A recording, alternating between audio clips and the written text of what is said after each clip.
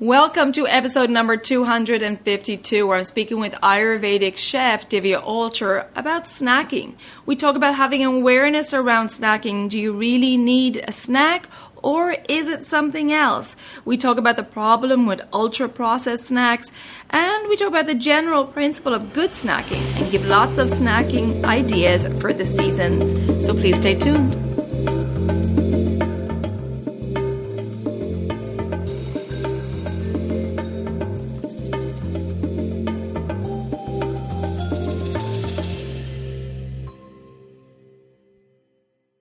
Welcome to the Elements of Ayurveda podcast. I'm your host, Colette, and I hope to educate and empower you to take charge of your health and well-being, preventing disease in the body and mind so that you can thrive in life. I will be sharing the holistic teachings of Ayurveda, which is the ancient healing tradition from India. Now, if you're new to Ayurveda, I recommend listening to the first couple of episodes where I do an introduction to Ayurveda and the mind-body types. And if you like the content, please be sure to subscribe or follow the podcast so the new episodes will automatically download for you. Also, you may want to check out my private Elements community, which is away from social media. It's a safe space for like-minded people to come together, to connect, to share, to support each other, and to continue the conversation from the podcast episodes. Check out the link in the show notes or visit my website, elementshealingandwellbeing.com, and just click on the community tab. And I hope to connect with you there. Thanks for listening. And now here's a new episode. This episode is sponsored by Kerala Ayurveda. Do you wish to dive deeper into the Ayurvedic principles of daily routines and food? Kerala Academy offers online and in-person training. Beginner programs include topics like individual mind-body constitution assessment, nutrition, dinacharya, and yoga. It's not too late to join the full sessions. Learn more at keralaayurveda.us/courses. And for $100 off tuition, use the code ELEMENTS100 when you join a beginner training. Check out the show notes for all the details.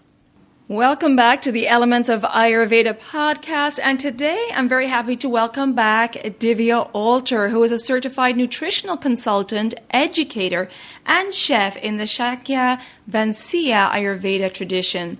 In 2016, Divya and her husband Prentice founded Divya's Kitchen, a plant-based restaurant in New York City that reimagines classic dishes through an Ayurvedic lens. Divya's brand has since expanded to include a line of plant-based retail food products and educational videos. Divya is also the co-founder of Bhagavat Life, a non-profit culinary school that offers cooking classes and an Ayurvedic chef certification program. Divya is the author of What to Eat for How You Feel, the New Ayurvedic Kitchen, and Joy of Balance, an Ayurvedic guide to cooking with healing ingredients. Divya, welcome back to the podcast. It's great to have you back. Thank you for having me back, Colette. It's always a pleasure speaking with you, and it's been a while. We took a summer break.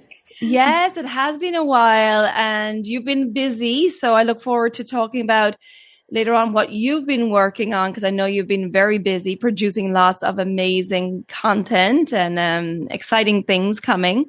But today's topic is all about snacking. A big question I get asked a lot in my consultations. I'm sure you get asked a lot too. So yeah, I'd love to start, Divya, let's start with Ayurveda's view on snacking. Well, with everything with Ayurveda, the answer is it depends. Yeah. Right? Yeah. So what is it? Is snacking good for you or not? So you can look at snacking as an intermittent eating, right? So nowadays intermittent fasting is very popular. But snacking is basically eating in between meals. And that's the main definition of a snack is a small amount of food meant to fill the hunger between meals. So if you're having late lunch or late dinner, then you might need a snack because you feel hungry. and you just need the snack to eat a small amount just to satisfy your burning hunger and to carry you to lunch so that you remain hungry for lunch or dinner. So that's the purpose of a snack. But do you need it? So Ayurveda says it depends. So it depends on the strength of your Agni, your digestive fire. Some people are so fiery, they burn and they're very active and they burn energy very quickly. So for them, snacking might be a good thing because they just get hungry every 2 hours. Mm-hmm. But for somebody who is more like, doesn't have very good appetite or does strong appetite, especially if you're more sedentary, you're not very physically active, then you probably don't even need to snack. You just need to have 2 or maximum 3 meals per day, and that's enough to nourish your body. Mm-hmm. So snacking also, what else does it depend on? It also depends on the type of snack. Yes. So, like with everything with Ayurveda, there is no black or white. Whether snacking is good for you or not, it depends. But in general, nowadays, with what I've observed, most people don't have very, very strong digestion. Mm-hmm. Most people don't really need to snack, Mm-hmm. even though most people do snack. And it's usually out of habit. Absolutely. So what's your experience? Because you talk to so many people, Colette. Mm-hmm. So my experience is it really varies.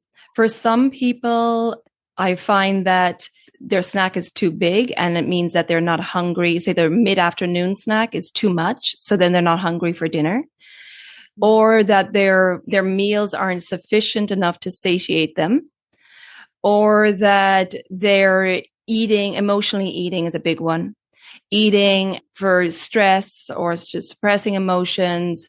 Also eating for grounding. That's a big one I found, is when someone feels ungrounded, stressed, anxiety, they may eat unconsciously in order to make themselves feel heavy because they feel so light and airy. And obviously that's someone with maybe a vata imbalance, that they're eating to ground that sensation unconsciously. They're not aware what they're doing, but they're trying to make themselves feel heavier because they feel so spacey and ungrounded. How interesting is that? Yeah, it's fascinating. And so when I ask them, because I'm having a long conversation and we're talking about what you're eating, when you're eating, how you're eating, and I'm asking them, do you ever find that you're eating to feel more grounded? And they're like, yeah. It's like this light bulb goes off. It's like, yeah, that's exactly what I'm doing. I'm literally eating until I can't eat no more in order to make myself feel grounded and heavy.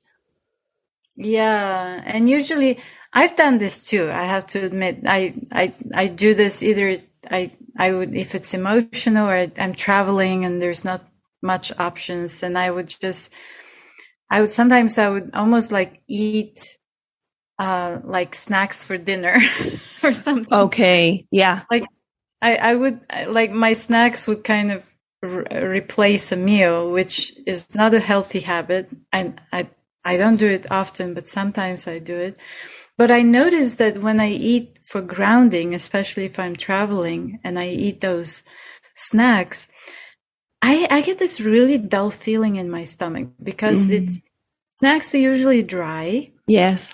And they're kind of fatty. They have some kind of fat in them, which gives the grounding effect. But usually too much of it, it's just very hard to digest. So then you get this dull feeling in the stomach, very unpleasant afterwards.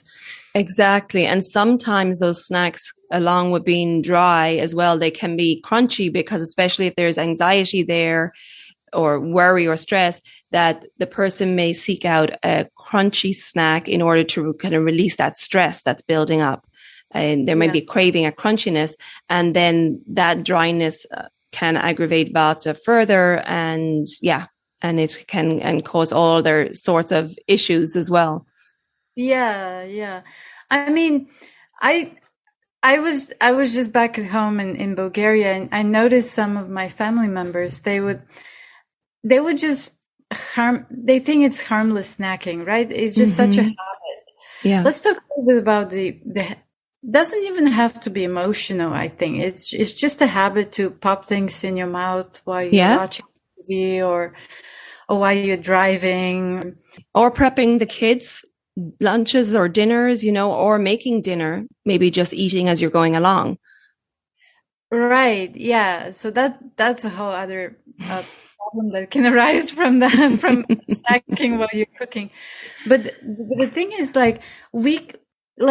there's seemingly casual and harmless bites, like of chips or pretzels or popcorn or crackers or bars or cookies, whatever comes in handy. And usually they're store-bought because that's convenient. Mm-hmm. And it's almost like automatic. You don't even notice that you're popping them in your mouth. Mm-hmm. They do provide pleasure because they're tasty and they give you something to do also. Mm-hmm. I notice also I tend to snack more when I feel bored. So it's kind of like entertaining myself with a snack. Right. Or a packet of something. But the problem is that those small amounts of food gradually add up in a day. Yeah. Yes. And then the bigger problem is, with the digestive system, you're not giving yourself time in between meals to rest and digest, for your digestive system to do the work. If you're still intaking food, it puts your digestive system under a lot of pressure, right? Exactly. Yeah. And I think, that's one of the major reasons why I think like this type of snacking leads to overeating and obesity. And I read about one study where 1/3 of the calories for an average American comes from snacks. Oh my goodness, that's a lot. I don't think this is the American following Ayurveda. But imagine 1/3 of the things that you eat all day comes from snacks. If your calories come, that can be very dangerous. Right. But it's, I'm sure that has risen with convenience foods. You go into any store now, any gas station, anywhere, and there's always food at the counter and so on. And we've, become accustomed to eating while driving, like you said earlier.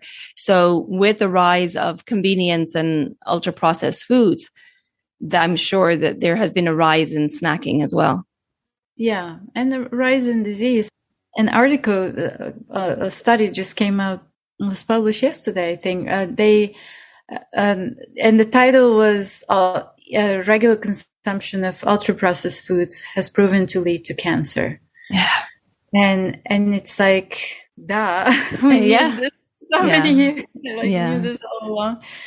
But now that there's more and more proof for it. So just for our listeners, we don't mean to scare you guys. It's just that there is definitely a place for snacking. We'll talk about the good snacks in a minute. Mm-hmm. But just keep in mind that whatever you put in your body has to go through your digestive system. Mm-hmm. And right. if these snacks, ultra processed foods made with hydrogenated oils, with all kinds of additives to extend their shelf life or create certain flavor, certain texture.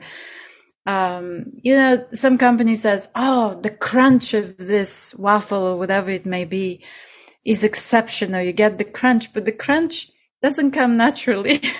There you go. Exactly. The crunch comes from all kinds of additives. Mm-hmm. That are not natural to the body. So eating this makes the body really confused. And then this confusion lowers the intelligence of the body to be able to heal itself. Mm-hmm. It lowers immunity. And then one day we wake up with a very serious disease that may take many years to heal, if at all. Right. Because we think it's just a little snack, but then that consistency of snacking throughout your lifetime can build up with toxins in the body, because your body is like, what is this foreign substance? I cannot break this down into the 5 elements in the digestive process. So I don't know what it is. So I'm going to treat it like a toxin. And, it becomes ama in the body, and then that is the bedrock of disease, right? So it's about this happening over a period of time, which can lead to imbalances, first of all, which could be various depending on your constitution, and then lead to serious disease down the road. Yeah. So I guess let's set the foundation, Divya. We're talking about, first of all, our digestion, right? We all understand digestion it's the focus with Ayurveda. We need to have a good Agni, digestive fire, in order for our body to function correctly. But the importance, I guess, of routine in eating, with the digestion and the circadian rhythms. Can you talk a little bit about that first, and maybe set the foundation with why it's important to have the eating routine? And then how that may vary for different constitutions, but why the routine is important. Routine helps us live in harmony with the cycles of nature. So when you speak about the circadian rhythm, different parts of the day or night corresponds to different physiological functions in our body, and even the mind. So when we usually digestion very much goes with the cycle of the sun, because the sun is is the source of Agni, the fiery energy in the universe, and then that energy transforms into our digestive fire in the body. So when the sun is at the highest point during the day, around noontime, depending on the season, of course. So then usually digestive fire in a healthy person, digestion is, and hunger, appetite is strongest during the day or night. So, but for many people, like I've noticed also, so it's good to have, if you have 3 meals a day, have your biggest meal for lunch.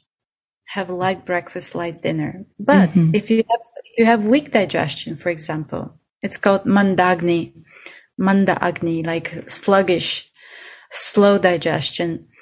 You don't have which means you don't have much appetite. You're like, for you, intermittent fasting is very easy, and it's actually you feel better doing it, like not eating for like, I don't know, 10 to 12 hours at a time, because it allows more time for you to digest whatever you've eaten. So for sluggish digestion, the better recommendation for meal times is to have 2 meals.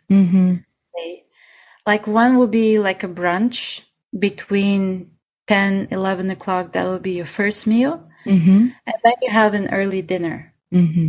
Let's say like around 5 o'clock or so.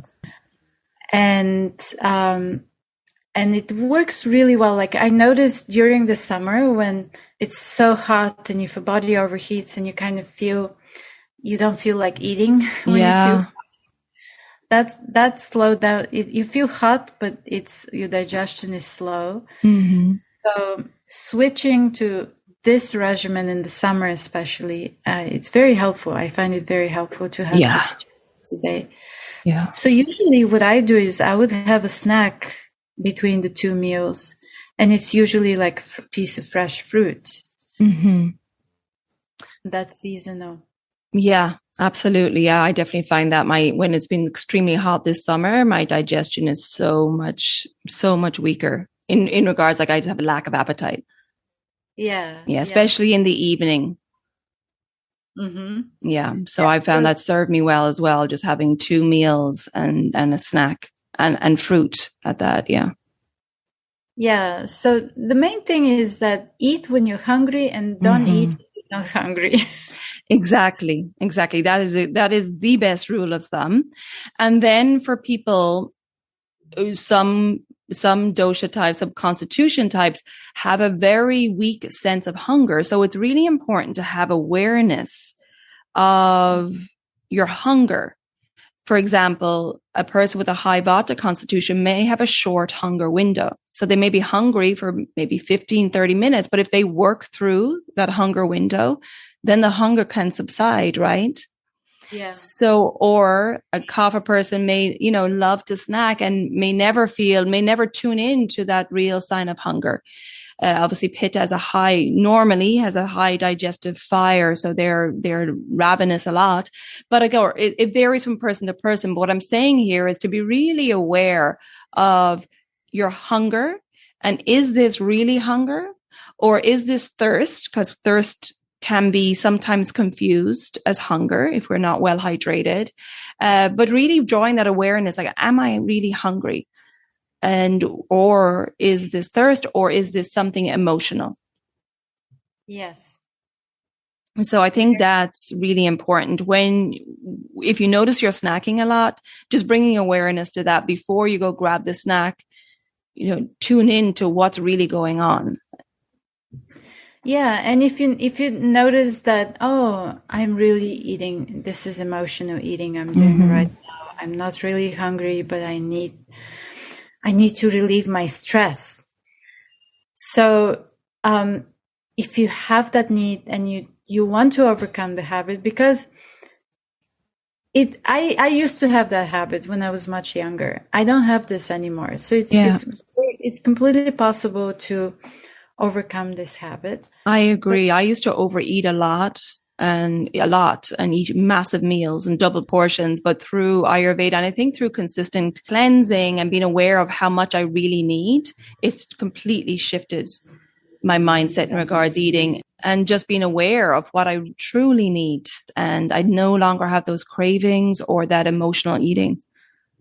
But was it like making the switch, was it over time, or was it a gradual process for you? Say it was gradual. It was over cleansing on a regular basis that really helped shift my mindset. Having a certain amount of food and understanding that that's all I needed made me more aware when I was not cleansing. That awareness of, okay, I'm full now, and I never eat now till where I'm really, stuffed, which I would have done before. Yeah. So it takes time. So for most people, it will take time to create a new habit. Yeah. Right? Yeah, absolutely. And also which is founded in awareness. So I would say to our listeners, if you want to overcome emotional eating or over snacking, create a goal, make it as a goal, but then do it gradually. And what I find very helpful is, like, when you go for the snack, let's say a packet of potato chips, don't go for just maybe eat a couple of chips and that's it, and stop. Stop there. Eat it mindfully, slowly, feel the pleasure of it, and then stop. Don't eat the whole packet. So, because the mind otherwise will go crazy, especially when you're trying to change to change a bad habit, like doing it gradually and giving it a little bit of Right. I'm going to jump in here for a moment, because if you're listening to this conversation with Divya and myself and you're thinking, yikes, I need some help, I need to implement some new habits, healthy habits in regard to eating, and maybe some self-care practices and living more in tune with the circadian rhythms, well, I have something that may interest you and help support you on this journey. I have my 28-day self-paced daily habits for a holistic health program. You can start this program at any time because it is self-paced. And in this program, I cover how to structure your day to flow with the energy cycles of the circadian rhythms rather than going against them and suffering.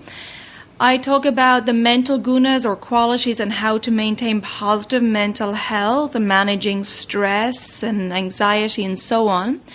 And I talk in detail about the foundations of Ayurvedic healing, the principle of like increases like and opposites balance, and breaking it down for you so you can become your own healer and understand how to be aware of these qualities in your body and how to implement the opposite so you're bringing your dosas into balance and preventing disease. And I also talk about connecting to your true nature and your intuition to help guide you in living a positive and fulfilling life. So the objective of this 28-day self-paced online program is to educate you and support you through the process of implementing daily routines and habits to help you achieve holistic health, transforming your life and preventing imbalances, and really empowering you to take charge of your own health. So if you're interested in checking it out, just click on the link in the show notes or visit my website, elementshealingandwellbeing.com. Visit the programs tab, and there you will find the 28-day self-paced daily habits for a holistic health program. Okay, let's get back to my conversation with Divya. And I think it's worth talking about, Divya, as well, that, we're talking about your main meals during the day, whether you're having 2 or 3, depending on your constitution and your digestive fire, but making sure that that meal is a good combo, a good meal, has some good fat in it, so that it will sustain you and keep you satiated. I think that's an important point too, because if your meal isn't satisfying, and I believe if there isn't enough good fat in the meal, you may not feel satisfied. So then you are craving something else, or you're not satiated until the next meal. Of course, it depends on your digestive fire, but I think that's an important point. As a chef, as an Ayurvedic chef, what do you think about that? Like the combo in your main meal, whether it's breakfast, lunch, or dinner, is that important so that you make sure that you feel satiated? Yeah, the meal has to be nourishing, because that's the purpose of food, is to nourish us. So when you talk about the combo, when I make a meal, and I'm a vegetarian, when I make a meal, I make sure that I have some kind of grain. I have vegetable, at least one vegetable. I usually cook at least 2 vegetables together, or leafy greens and another vegetable, and then some source of protein. And then I cook them in fat, ghee or good quality olive oil. So that gives me good amount of fat, and the fat itself, when it's a good fat, it's satiating as well. Yes, exactly. And I think that's what's happening. I'm finding when I talk to people that there's not enough fat, whether people are purposely wanting to reduce fat, or that is, they're choosing processed meals or something that don't have that good quality fat. We're not talking about trans fats, that therefore they're feeling hungry, an hour or so later. Yeah, and you may even feel that your stomach is full, but you're still hungry because your body is craving nutrients. Excellent. Point. That's exactly it. Nourishment. Yes, exactly. That snack didn't give the body what it needs. It needs, the elements, that elemental juice when it breaks down in order to nourish all your tissues. So it's still craving something because it wasn't in that snack. Yeah. So in my Ayurveda studies, I learned to distinguish ultra-processed snacks and food. So I don't consider ultra-processed snacks to be food, because the definition of food in Sanskrit is, one of the words is ahara. So ahara means that which, in a broader sense, that which we take in. But it's the kind of food that nourishes us deeply, and which means nourishes all the tissues in our body. It really, the food that's able to transform and energizes down to the cellular level as it transforms. So this is real food, and that's the meaning of food. It's meant for nourishment. Yeah, it's meant to break down. Our body breaks down that food into the 5 elements, which is everything in nature is made up of, including us, becomes an elemental juice. And then it goes through the process of nourishing all the tissues. And so, like you said, if we're having these ultra processed snacks, which don't contain those 5 elements, our body is treating it like a toxin and doesn't know what to do with it. It's not nourishing for it. It can't get the elements it needs. Yeah. So anything that the body cannot really process. It's funny. Ultra processed foods are hard for the body to process. Yeah, I know. So let's talk a little bit about ultra processed foods. Of course, it's a big topic, but essentially it's foods where you don't recognize the ingredients on the label. Yeah, that could be it. So There are many different types of processing, and usually the goal of ultra-processed foods is to extend the shelf life, because a bag of chips can sit on the shelf for 10 years and not get bad. I know. And imagine then, what all those stabilizers that are keeping that bag of chips crunchy and fresh, what it's doing inside your body. Yeah, and even with bread, I mean, when you see bread that sits on the shelf and doesn't get moldy for a month, something is wrong with that. Yeah, there's no prana in it. See, there's no vital energy. Yes. And then the other problem is, so for example, even in the vegan world, like all this very processed meat, I mean, it's really, with whatever they do to it, it may look like it may taste like meat, but how does your body recognize this? That's the main question. Yeah, so absolutely. Notice also, I mean, one main, if you eat a snack and you feel energized and you feel great, it satisfied your hunger, and you feel energized afterwards, you feel invigorated, that's a great snack for you. Mm-hmm. But if you eat snacks and you kind of feel sluggish and lethargic, and you start gaining weight, and you feel like your mind is not as clear, or you feel very heavy, and sometimes even nauseous in your stomach, that's not the right snack for you. Whether it was in too big amount, or it's just the quality of the snack. So that's the whole thing, because snacks, just like food, even the good snacks, which I'd love to talk about in a minute. Yes. Even the good snacks, if they don't give you that vital energy, then you don't need them. That's the main point. Yeah. Ideally, the snacking is natural, and that's something that's going to nourish you rather than cause dis-ease, create toxins, and deplete you. Yes, exactly. Oh, whenever you decide which snacks to choose, whether to snack or not, always notice how you feel after you eat the snacks. Yeah. If you feel good, it's on your good list. If you don't feel good, don't buy it again. Yeah, absolutely. And that's the main thing here, is having awareness of your hunger, having awareness of what you're seeking, and then if you do have a snack, that you're aware of how you feel afterwards. And this is the journey of Ayurveda. It's really just bringing awareness, being very conscious of everything you're doing. Yes. Okay, so let's talk about snacks. The good ones. The good snacks. How would you like to approach this? Well, maybe let's talk first about the general principle of good snacking. Great. Because there's definitely place for it. For example, if you're in the medical field, let's say you work in a hospital, whether you're a doctor or a nurse, very busy schedule, like you go through 10 to 12 hour shifts at a time, and you barely have time to it's very, even during lunchtime, usually it's emergency, and you cannot. So sometimes and there's so many professions like that make having proper meals at the right time very difficult. Yes.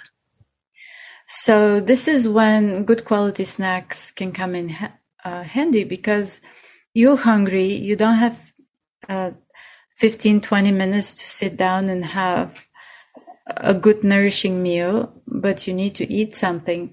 So having a good quality snack will actually be a savior for you. Because this is your schedule every day, and you have to adjust to it. You cannot make your lunch your main meal, because it just doesn't work with your occupation. So having good quality snacks can help in this regard. Or when you're traveling also, especially if you're traveling through different time zones. Yeah. And your body is still adjusting to the new climate, the new timing.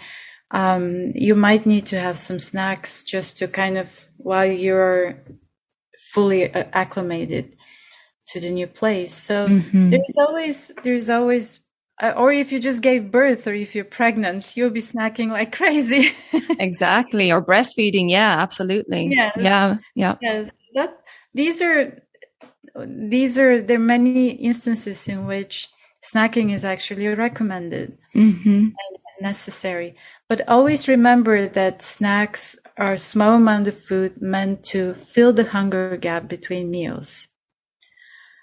So they're not meal replacements, and they're just meant to kind of satiate your hunger and carry you to your next meal. Mm.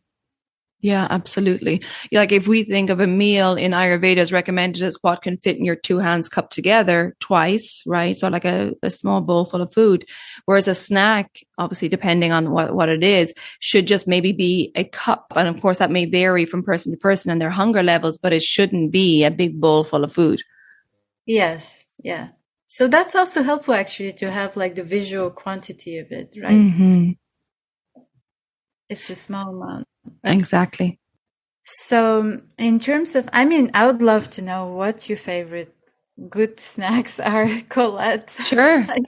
At the moment, like I said, it's been a really hot summer and my appetite is really low. So I have been loving watermelon with mint. So I buy watermelon at the farmer's market. I just get some fresh mint and I tear it up and put it in the watermelon in a bowl. And that's a great snack. Cools my pitta, hydrates me. Good for electrolytes, all that. That's great. And then another snack I've been loving lately are apricots, dried apricots. My iron levels can go low sometimes, so they're high in iron, they're good in fiber, and just a couple of apricots, sometimes mid-afternoon, is perfect. Doesn't affect my meal at the end of the day. And yeah, I'm finding that ideal. And then my snacks will change with the seasons, right? Then I obviously now we're going to shift into autumn and I'll no longer obviously have watermelon.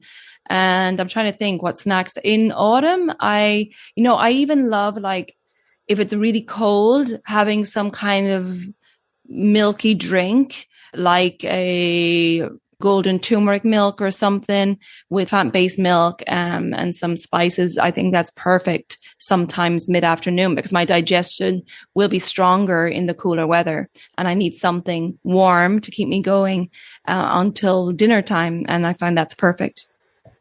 Yeah, these are great ideas. It's so true. In different seasons, it's good to adjust our snacks accordingly. I really enjoy fresh fruit as a snack, especially in the summer. And depending on the season also, in the fall, like pomegranate is a great snack. How do you have pomegranate? You just have, I'm always fascinated with pomegranate because it's so hard with the little seeds. How do you eat it? I usually juice it because okay, yeah, it's easier for my teeth. Yeah. Or if I don't juice it, I have this manual press that I juice the pomegranate very easily. But sometimes I would just suck the juice from the seeds. Oh, okay.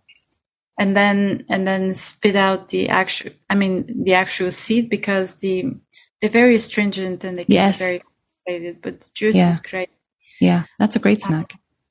So fresh fruit eaten alone, like don't mix it with anything else. That's a great snack. The fruit that's juicy and sweet. It provides really good nourishment. I also love soaked almonds. So I always have freshly soaked almonds in the fridge. And I would have like 15, 20 almonds and I peel them. That's a great protein snack, like a pick-me-up. You can toast them, like Vaidya Mishra, my main Ayurveda teacher. He taught me this recipe once. Like after one class, he was just so hungry, and he said, "Please make me a quick snack." And he asked me to toast spices in ghee. There was a lot of chili and a lot of ginger, and then I added like a few small handfuls of different nuts. And I kind of toasted the nuts in the seasoned ghee for about 5 minutes until the nuts became crispy, and seasoned with a little bit of salt. I think there were some curry leaves in tuna. Oh, great. And it was so good. It was super spicy, but I use much less chili myself. Right. But so I asked him, so I asked Vladimir, so you don't soak these nuts? And he said, no, if you toast them with all these pungent spices, then the spices help you digest the heaviness of the nuts and give you this grounding, but the pungency helps you digest it so you don't feel heavy afterwards. So, excellent. So that's another way to eat nuts, but in small amounts. You don't Yes. want to. Again, if you're not conscious of eating, I see people going through a whole bag of almonds in one sitting. It's like, that's a lot. It is a lot, and you don't realize how much it is until like 20 minutes later when it hits your stomach and you're feeling, that is heavy. Yes. Yeah. I think fruit is a great snack because, of course, we know in Ayurveda you want to eat fruit alone. So it's the ideal time to get your fruit in as having a snack. And I think in the cooler weather, the season we're coming into in the Northern Hemisphere, is like stewed apples or stewed pears, whatever fruit is seasonal. I think that's a great idea. And especially in the cooler weather, adding those spices in like cinnamon, which is warming, or dried ginger, those spices will really help your digestion, and it's light. I think these are a great snack as well for someone with a kapha that has a more sluggish digestion. Like the apples are a little lighter, especially when they're cooked, and with the digestive spices can be great. Yeah. And then if you have time, you can make your own crackers, or your own cookies, or your own little things that you usually buy from the store. And in my new cookbook, Joy of Balance, I give 2 recipes for crackers. These are the crackers we serve at Divya's Kitchen. People love them so much. There's spelt sesame crackers and gluten-free crackers. And I also give the recipe for pecan chocolate chip cookies that are vegan, gluten-free, and really delicious. So you can make your own little snacks. It takes a little more time, but you know what you put in you know what the ingredients are, and you're eating them fresh. Yeah, absolutely. Yeah, you know exactly what's going in there, and they're made with love. Yes. Good sattva. Yeah, and I think that's a great thing to do, especially as, again, we're going to the cooler season, and, it's nice activities at the weekend. It's great to spend time cooking some snacks like that for the week ahead. You have that beautiful smell in the house as you're baking or cooking. But planning, I think, is important too, because that's when we're making poor choices. When we don't have our meals planned, or if we need snacks, we don't have those planned. So I think planning, getting ready at the weekend and planning your shopping list or planning your meals for the week ahead and snacks if you need them. I think that's really important, because, when you're just hungry and you're walking into the store last minute, or you're traveling and you have nothing with you, that's when the bad choices happen. Yeah. Planning. And also I like to research, because we do get busy, and especially if you have family, small children, so much going on, it gets busy. But if you choose to purchase snacks, then, because children need more snacks, because they're growing and they need a lot. For children, it's more natural to have snacks. But if you choose to purchase them, do a little research and really find the ones that are minimally. I mean, baking is a kind of processing, but it's minimal process. It's also processing, but it's minimal process. So if you choose products that are made by small companies with really high quality ingredients, not artificial additives and all that, then that's also okay, especially if it's freshly made and it doesn't have a long expiration date. Exactly. I think that's a really good point, especially for those who are busy and it's like, I don't have time to bake at the weekend or prepare snacks, is knowing the brands. Like you said, it may take a little time just researching, but knowing those local brands, maybe in your own hometown, or brands who are known for being very conscious and very mindful about what they're putting in their products. And then once you know your go-to brands, it can really save time. And also you can be confident that it's quality products. Yes. Yeah, that's great. Is there any other snacks? What about you and your snacks, Divya? Le Chef. What does Le Chef eat for Well, snacks? I don't really I don't have the need to snack. Right. In the summer, I do enjoy having fresh fruit, like late morning, depending on how I'm feeling. It's usually I would have a little bit of fresh fruit in the afternoon. And I kind of try to have one kind of fruit at a time. So if I'm having a peach, it's just a peach, or a bowl of grapes, small bowl of grapes, whatever is in season.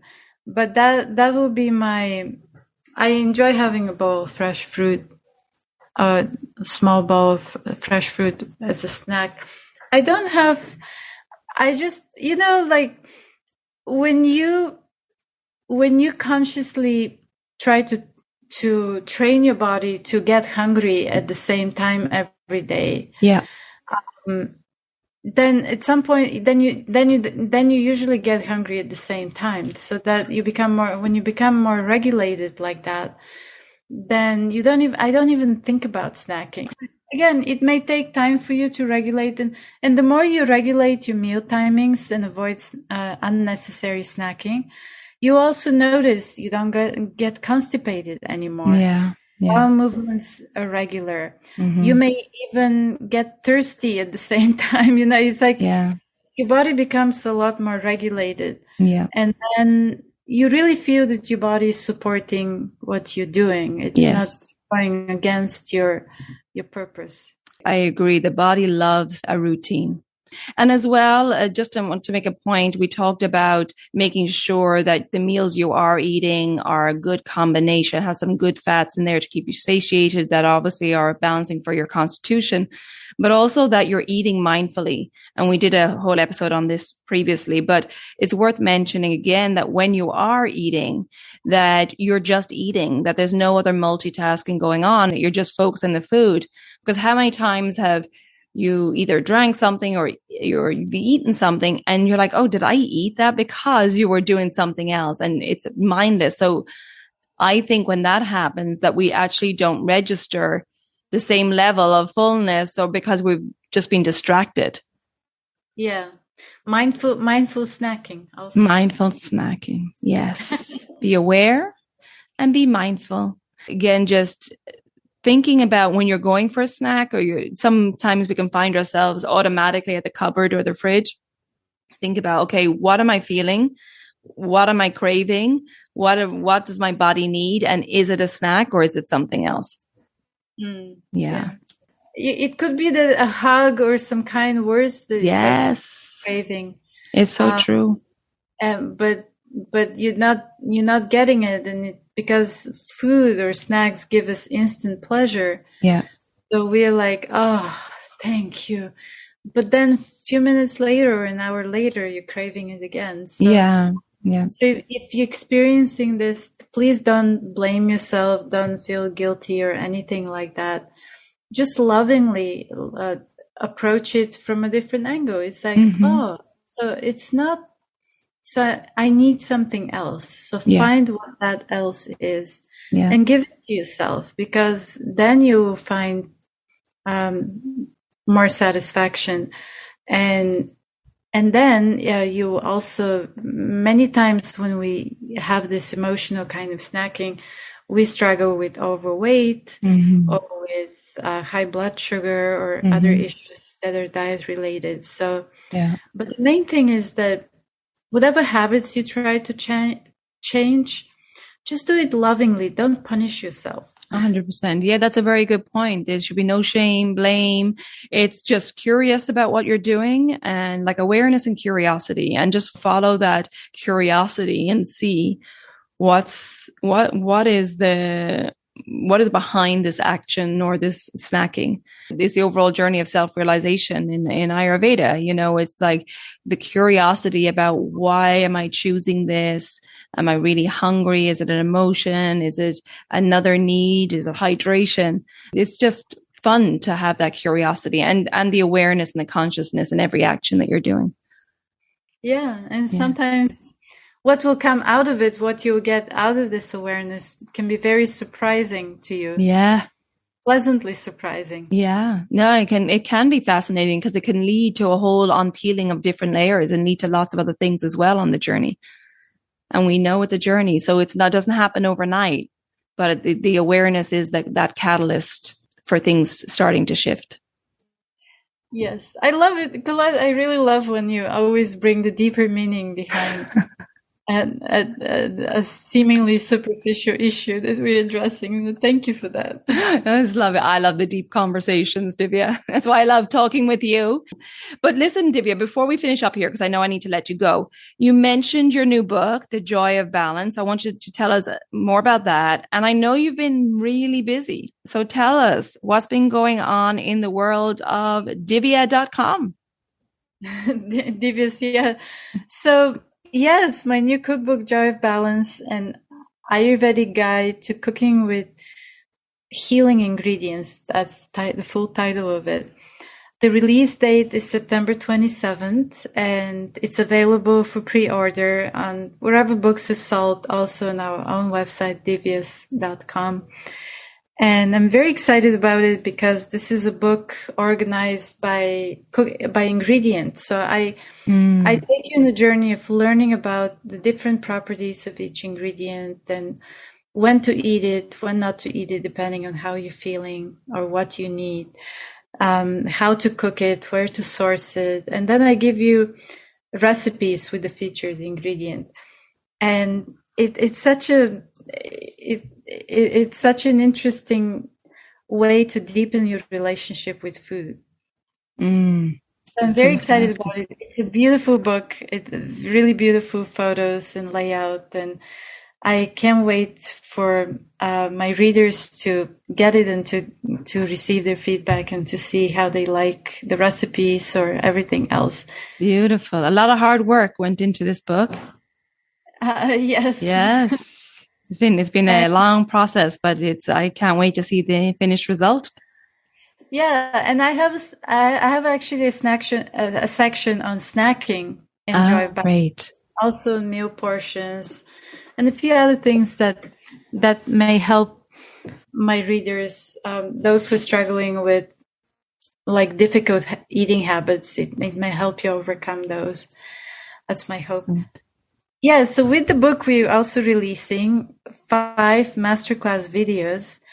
These are beautifully produced video classes where I really take you through the basic principles of Ayurvedic cooking. We even like all the theory of it, the doshas in relation to food. Fantastic. I mean, so many things, and we use motion graphics and a lot of interactive footage to help you visualize those concepts that can be a little confusing sometimes to understand. Oh, that sounds great. And we have a whole class on setting up your Ayurvedic kitchen. So what we've talked in our previous podcasts with you, Colette, I really walk you through setting, like organizing your kitchen, what equipment you need, cleanliness, storage. We go through all these things. And then the third class is about preparing Ayurvedic staples, like basic staples, like how to make yogurt, how to make cultured ghee from scratch. I actually show you on camera how to churn cultured cream and make fresh cultured butter and then make the ghee. So all these things, almond milk, coconut milk, like different staples. And the fourth class is about cooking with spices and the methods, the principles. And then I show recipes, really delicious recipes that also make a meal, and each recipe incorporates a different spice method.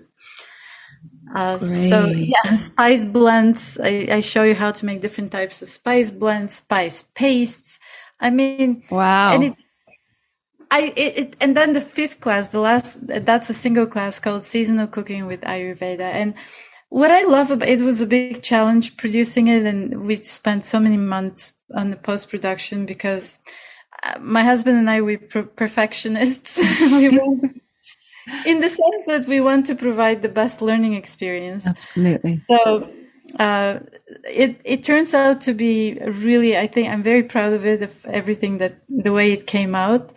And I think it will be a lot of fun watching these classes and learning. They're kind of an extension of the new book also. Wow. Fantastic. Well, I can't wait. I know the amount of work you've been doing over the past 2 years on this. And I can't wait to see the end result, and everything you put out there is so beautiful and also very good quality. So I look forward to seeing that. And so I'll put the link in the show notes to where people can access all this, and it's all on divyas.com. Yes. Great. And so we have a link for you in the show notes. So just go over to that link and you can access all that good information, new books, new masterclasses. They're coming out September 27th, but it's pre-order. Yes. And the videos will be released on the same date. Okay. But they are available for pre-order. Perfect. And in fact, we are offering a tremendous deal of like you saving 50% on the 5 classes if you pre-order. So, wow.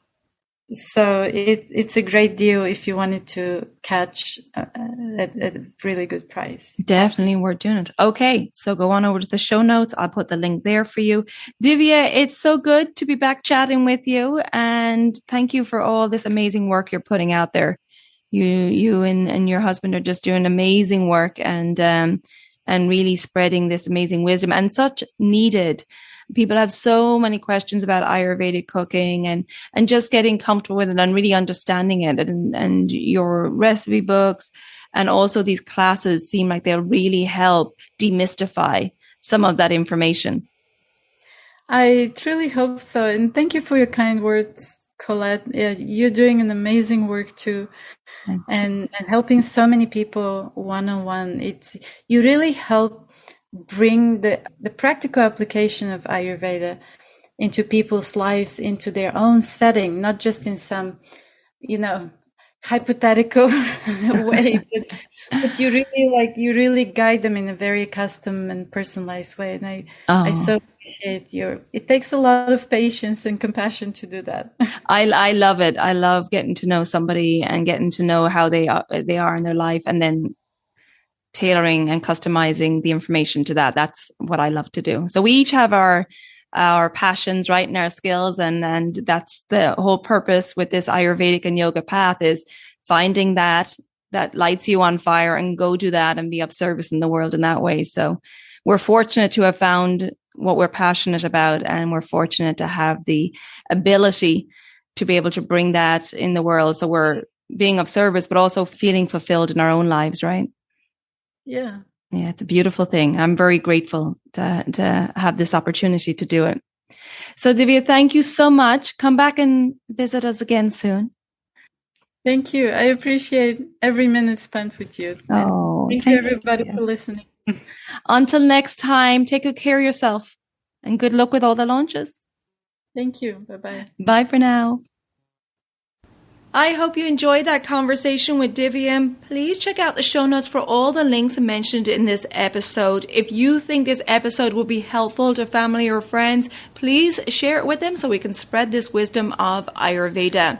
And if you like the content of this podcast and would like to support the show, then you could leave a rating and review wherever you listen to your podcast, and I would truly appreciate that. If you haven't already subscribed or followed the podcast, please do so, and the new episodes will automatically download for you. And you can also find me on social media under Elements Healing and Wellbeing on Facebook and Instagram. Thank you so much for tuning in, and until next time, take good care of yourself, be well, and bye for now. Slán go fóill.